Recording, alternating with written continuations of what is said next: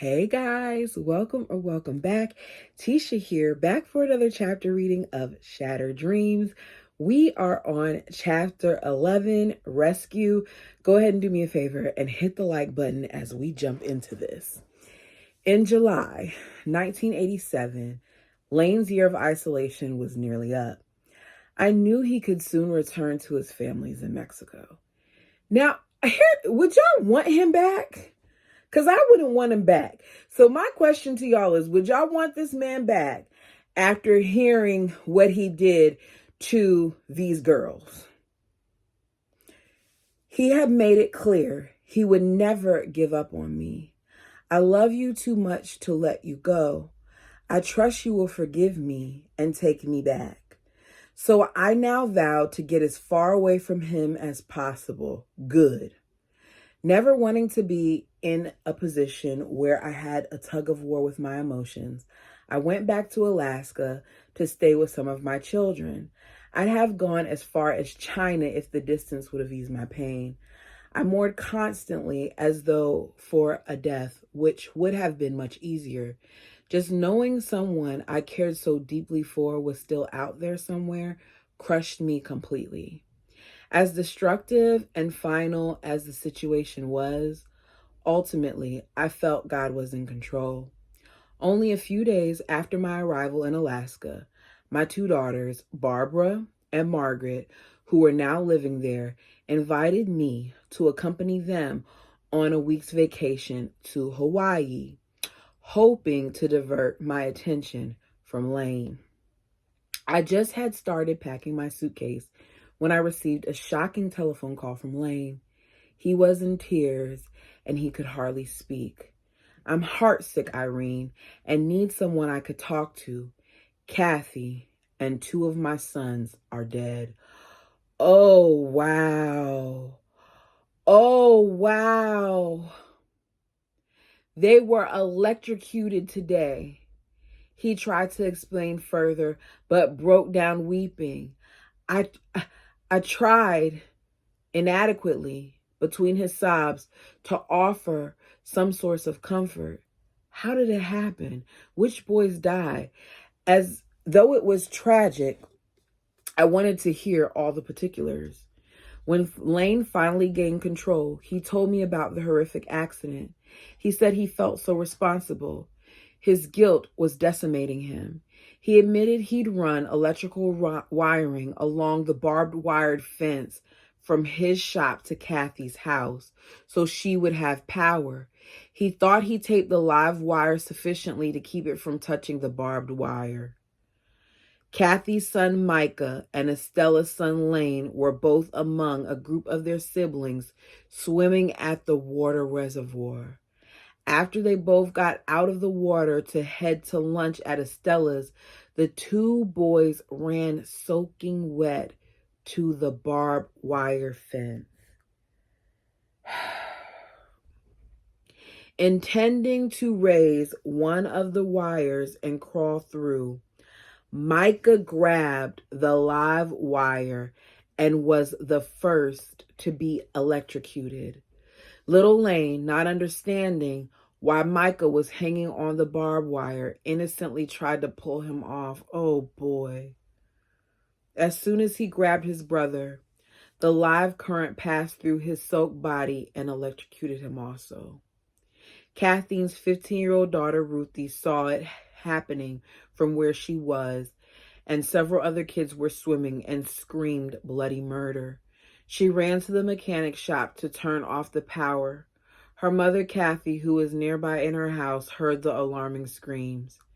She ran out to investigate the commotion. When she saw the two limp boys hanging on the fence, she tried to free them. When Ruthie exited the mechanic shop, she was terrified at the sight. Her mother was limply hanging on the barbed wire, electrocuted as well. Jesus. Lane, their father, and the older swimmers frantically lift Kathy and the two dead boys into his truck bed and peeled out with the tire screeching to the nearest doctor's office a mile away. Lane knew both boys had expired, but Kathy twitched a time or two as she faintly moaned. Ugh. The doctor came out of his small clinic to the truck when he heard Lane yelling. He wondered what the commotion was all about, even though Lane announced that his sons were already gone. The doctor checked their pulses anyway, pronouncing them dead. Then he helped Lane carry Kathy inside his office.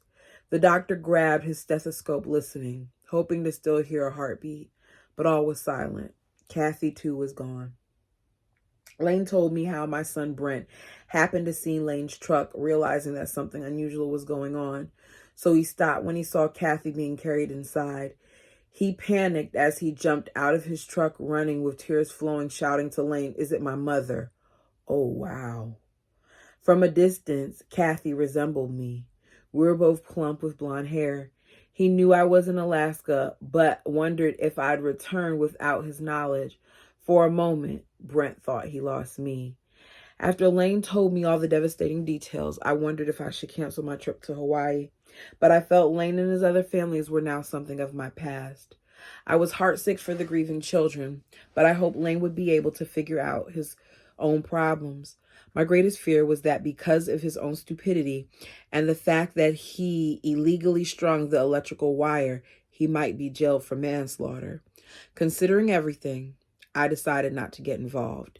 He'd been punished by his religious group, and what he did with his family was now in their hands.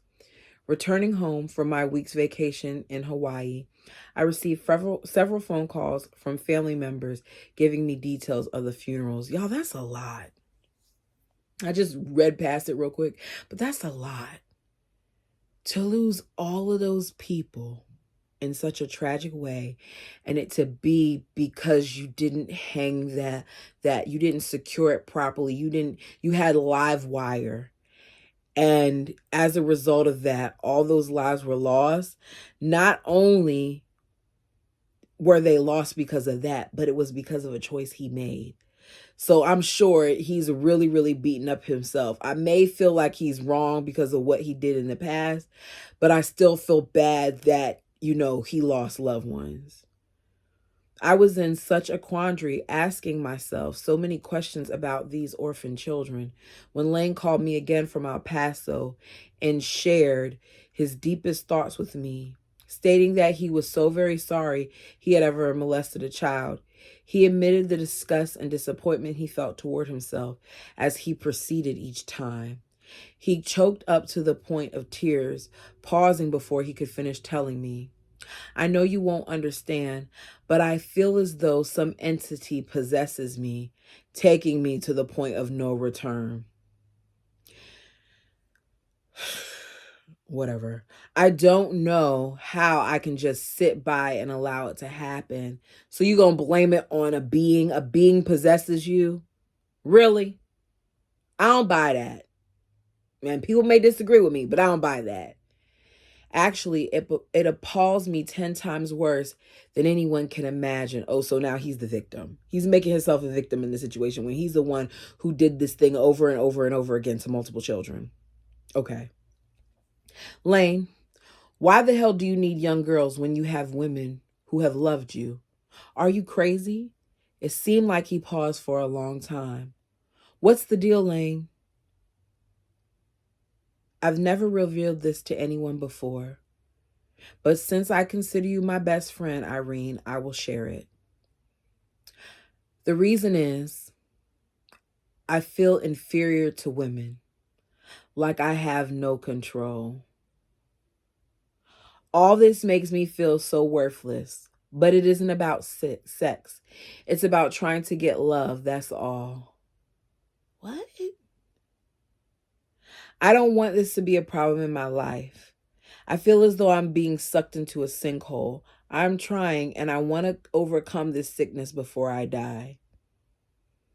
I don't think that those 3 girls were the only people that he did that to.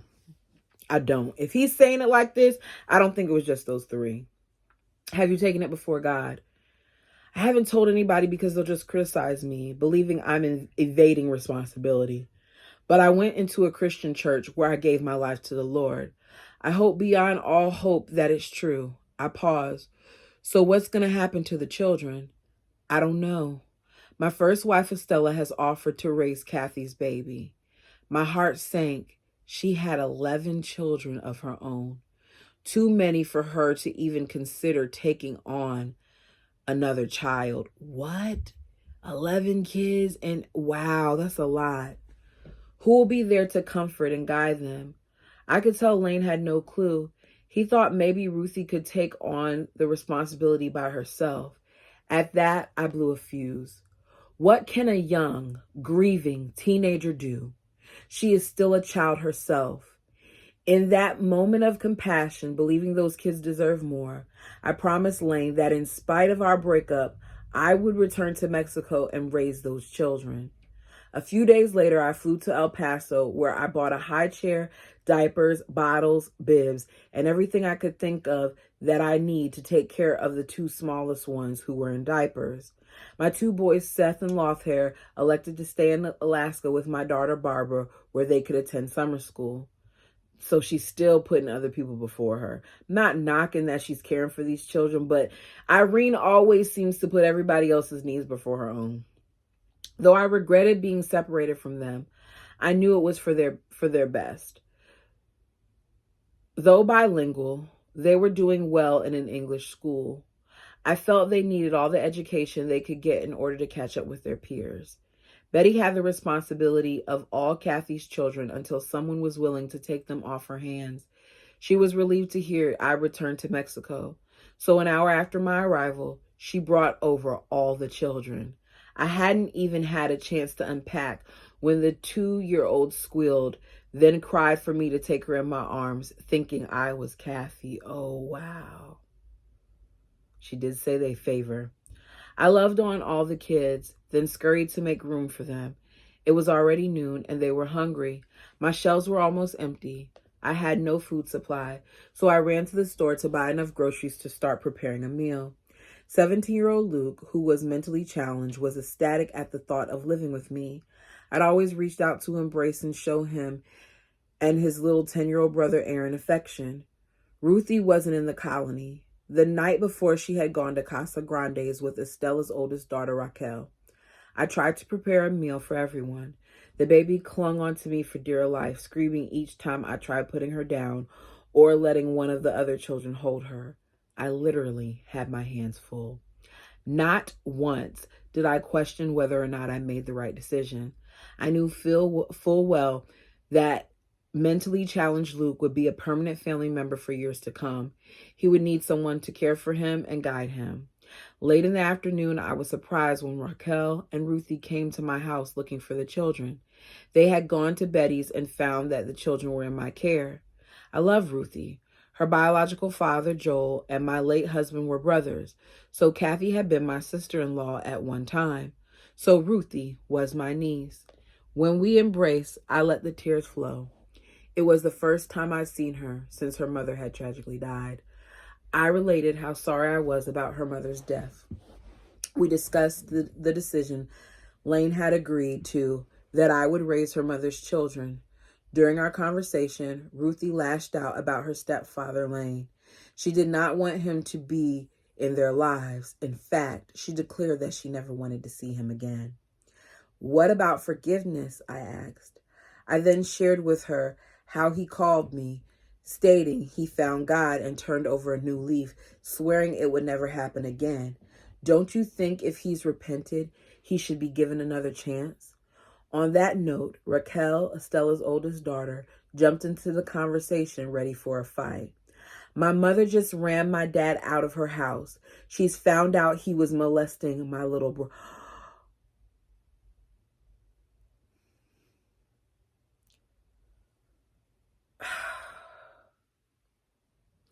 He was molesting my little brothers. Ruthie chimed in accusingly. He came on to me inappropriately when I came back from El Paso with my mother and him.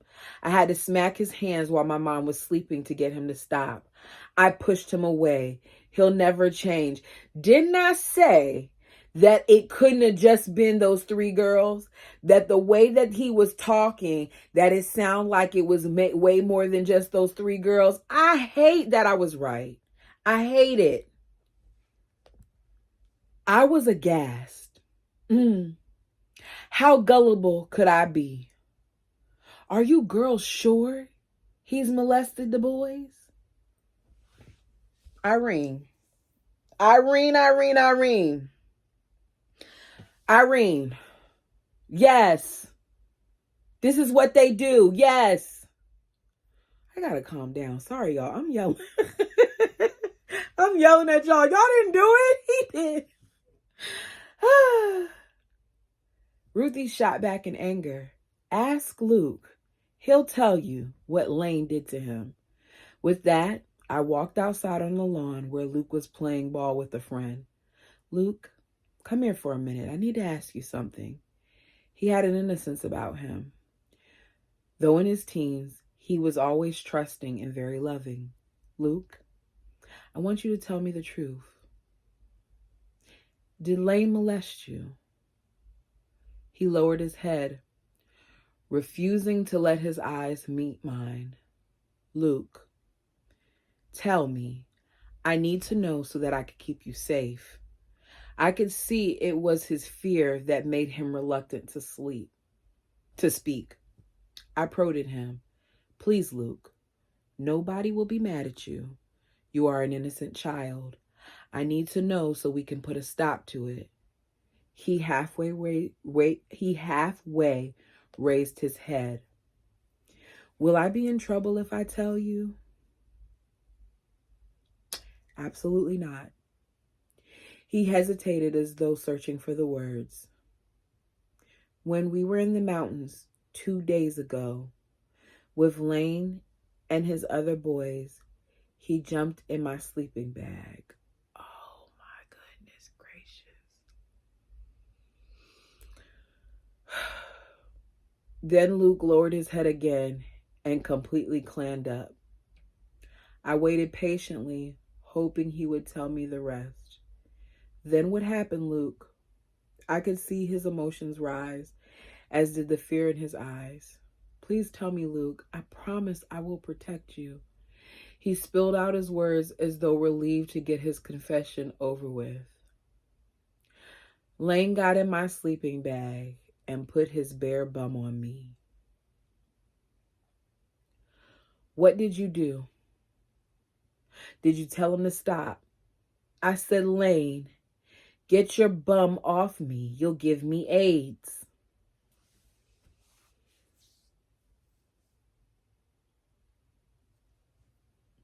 This man sat on the phone with her, said I went to church and I repented and I asked for forgiveness. Said I'll never do anything like that again. Said that, it was something that took over him. Made it seem like it was just those girls. When a couple days prior, he did the same thing to another little boy. Get out of here. He shouldn't have ever been allowed back around any kids because he's already shown what he's capable of. And y'all can disagree with me if you want to. I'm a believer, right? But I don't play when it comes to stuff like this. Yeah, you can forgive all you want to. Ain't no way you would be in my proximity. There's no way you'll be around me ever again. And definitely not around kids. This is insane. That was the final straw. I knew in that moment I would do all in my power to see that Lane had no access to any of his children again. Their welfare was first and foremost in my mind. I appointed myself to be their defender. Ruthie and Raquel left to spend the night at Betty's with her teenage daughters. I settled down in bed with the two smallest girls of Kathy. I was devastated. If Lane was apprehended, what would become of them? I really had no legal claim to any of them. All I could do was offer my love. It sickened me to even think that these precious, devastated children would possibly be torn away from me if Kathy's family intervened. What security did any of us really have? I was too overwhelmed to sleep, so I prayed, wrestling with the actions I knew I was compelled to take. I had to be strong, not allowing my feelings for Lane to deter me from doing the right thing. I made it through the first day. Thank God I didn't collapse under all the responsibility. I was literally worn to a frazzle. I traveled from Alaska to El Paso to Mexico, then received my new family of 6 in less than 24 hours. I got up twice in the night, once to take the toddler Elena to the potty, and once to make a bottle for the baby. I remembered quickly the patience and love it requires to care for children. You'd think it would be easier to get back into the swing of things after raising 13 of my own. I wouldn't think that. I don't see how people could do multiples. I know what it's like when I watch my guy kids and they're younger and I was worn out. So and that was just 2, plus my one made 3. And you're over here talking about a whole, no. I give it up for people who do it. I really do. I tell my grandma and them, I don't understand how they did it all those years. At daybreak, I woke Luke, asking him to get in my bed so he can listen for the baby and his 2 4-year-old sisters. I made him a promise that I'd return shortly. I walked 4 blocks to the president or mayor's house. When he answered the door, he invited me in. I told him about the accusation the children had made against Lane, explaining that something had to be done immediately before it ever happened to any one of them again. Never in 1,000 years did I think the day would come when I would be ratting on someone who I held so close to my heart. Just the thoughts of having to turn in someone you love tore my heart to shreds, but the safety of the children had to come before any of my desires. Lane had deceived me, broken my trust, and now I found myself doing the same thing to him. It's not about that. It's about those kids, like she said. Deceit was against my very nature. Doing something behind his back rocked my very foundation. After our conversation, the Presidente instructed me to go home. The authorities would watch for Lane's truck to arrive in the colony. When it did, the police would apprehend him. The lump in my throat made it almost impossible for me to breathe. I choked up even more as the hot tears blinded my vision on my walk back home. With self-talk, I tried convincing myself that I'd done what was best for all concerned. I knew that love wasn't even a consideration in this equation anymore because Lane had brought the consequences upon himself. I'd always stood for principle, trying to do what was morally right. I knew I'd done the right thing, but still, my unspeakable guilt made me feel as though I'd sold Lane down the river. I tried to surrender the outcome to God. Mourning over the situation, I began to dress the children and to cook them breakfast. Then I informed Ruthie of what was about to transpire, so she took the children to Betty's house, where they'd be out of the way when the authorities arrived. The local police staked out my house. They recognized Lane's white truck when it pulled up in front of my home. Lane, unaware of what was about to transpire, entered my bedroom. He was overjoyed to see me again. He eagerly reached out, trying to enfold me in his arms. Tearfully, I pushed him away, just long enough for me to warn him. Lane, please leave, because I don't want my last memory of you being arrested by the police. When you walk out that door, our bonds will be severed. You will be as though dead to me. I threw myself on the bed, wailing loudly. Lane stood beside me, trying to convince me that we could go on. I heard the patrol van stop out front of the house. Please, go outside where I can't see you. I don't want to remember you being led away in handcuffs. Dejected, he turned to go, then stopped one brief moment. Seating himself on the bed beside me, eagerly hugging my convulsing body, he also began to cry. Look, I don't care about this cry session, girl, and he wouldn't be able to touch me. This is what I'm saying about Irene. You over here being all distraught and stuff like this about this man who just 2 days ago assaulted another child. Oh, no. I'm not crying about anything. I don't feel bad about anything. Lane, go. I'd like to personally see you get handcuffed after all this mess, after you sat there and lied to me on the phone, making me feel sorry for you. Just my personal opinion. Y'all tell me yours. I will always love you, Irene. I meant everything I ever said. You're a tremendous woman. Never forget that. More manipulation, if you ask me. Then he stood up and walked outside to meet his fate. I ran to the open bedroom window for one last glance. I could see two police officers walking up the sidewalk towards him. I faintly heard one officer say, "You know why we're here, don't you?" "Yes," Lane replied. They restrained him with handcuffs. Then he willingly entered the police van. To everyone's surprise, Lane was out on parole in less than a week and fled to the States, fearing he may be incarcerated for years. Kathy's children were all devastated, not knowing what to do or where to go. They felt abandoned and lost.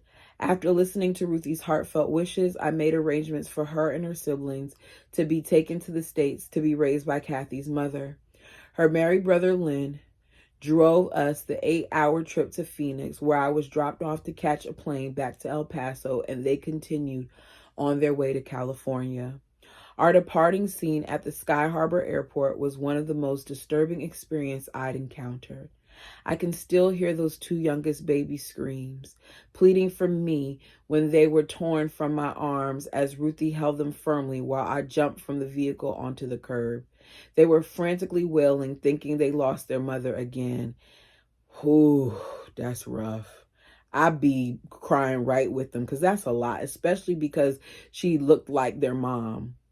Once Lynn dropped them off at their grandmother's, he returned to Mexico to live. With all my heart, I wanted to raise those motherless children and give them a loving home. I was torn up over the whole situation. I've still kept in touch with them throughout the years, always holding them in a special place in my heart. I've been warned by several well-meaning friends not to talk about this heartbreaking experience with Lane for fear I would lose some of my readers and family. But I've always felt the truth will set you free. Even if one person has their life changed because of my testimony, then I will know that all my sacrifices and pain have not been in vain. I speak out hoping those who have been victimized will have the courage to step forth and end this abuse. Remember, when it's between keeping the one you love and keeping your principles should always win. Yeah. Realizing this wasn't an isolated case, I felt compelled to expose anyone who was murdering the souls of innocent children. I had to speak out about how rampant this problem really is. That's the thing. Do y'all realize how much this type of stuff happens in families? How often this happens with people who you know? Ugh. It's not just in religious groups, but it reaches the world over. Convicted, I decided to be an advocate, especially when I discovered that 3 of my sisters divorced their husbands who had the same problem. 3 of her sisters' children experienced the same thing that she knows of, because a lot of this goes underreported. Several years ago, at one time, there were 5 cases of pedophilia of which I was aware in the polygamous group in Colorado City, Arizona. Though all were guilty, only one was ever incarcerated. Their religious leaders just shoved the problem under the rug, excusing their horrific behavior as to not call attention to their God-fearing group. That's the problem. We make the victims feel like they don't mean anything by not following up on this thing. And I'm going to be honest with you. Oh, y'all, I just skipped. One of the things that bothers me about this situation is that there's a statute of limitations on this. And I feel like this type of situation with molestation and things of that nature, if it's founded, that it should be a lifetime thing. I feel like it should be treated like it is murder, because you're destroying a part of someone forever. You are. It's taking away innocence. And for what? Because you can't control yourself, and because you need a fix, and because we're a God-fearing group, we're not going to call attention to it. Come on. Looking back, I recognize how vulnerable I was, having been neglected physically and emotionally for years. I hungered for the attention that Lane lavished on me. I needed his praise and belief in me as a woman. When I fell in love with Lane, I did not feel that I was a failure or that I was returning to my former pain. They seek people like this out. People like him seek people like that out.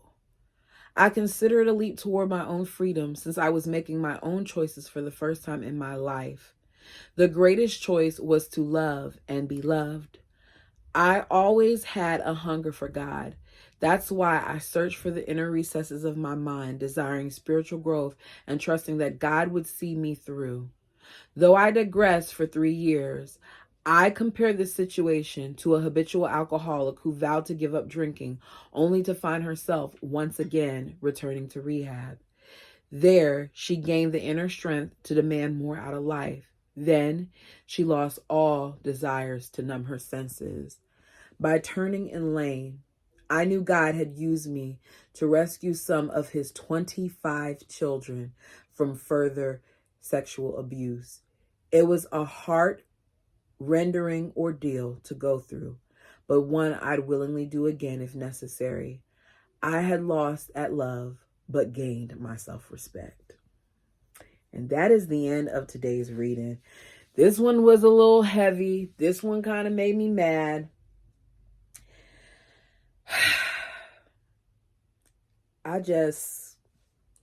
It's not right. It's not right that this continues to be an ongoing problem. It's not right that that man was even given an opportunity to return back by the colony after a year. What is a year? What is a year of him not having contact with them? A year isn't enough because it did nothing. Because the moment he got back and he got the opportunity to, he assaulted another child.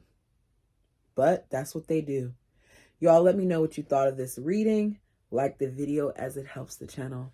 Until next time.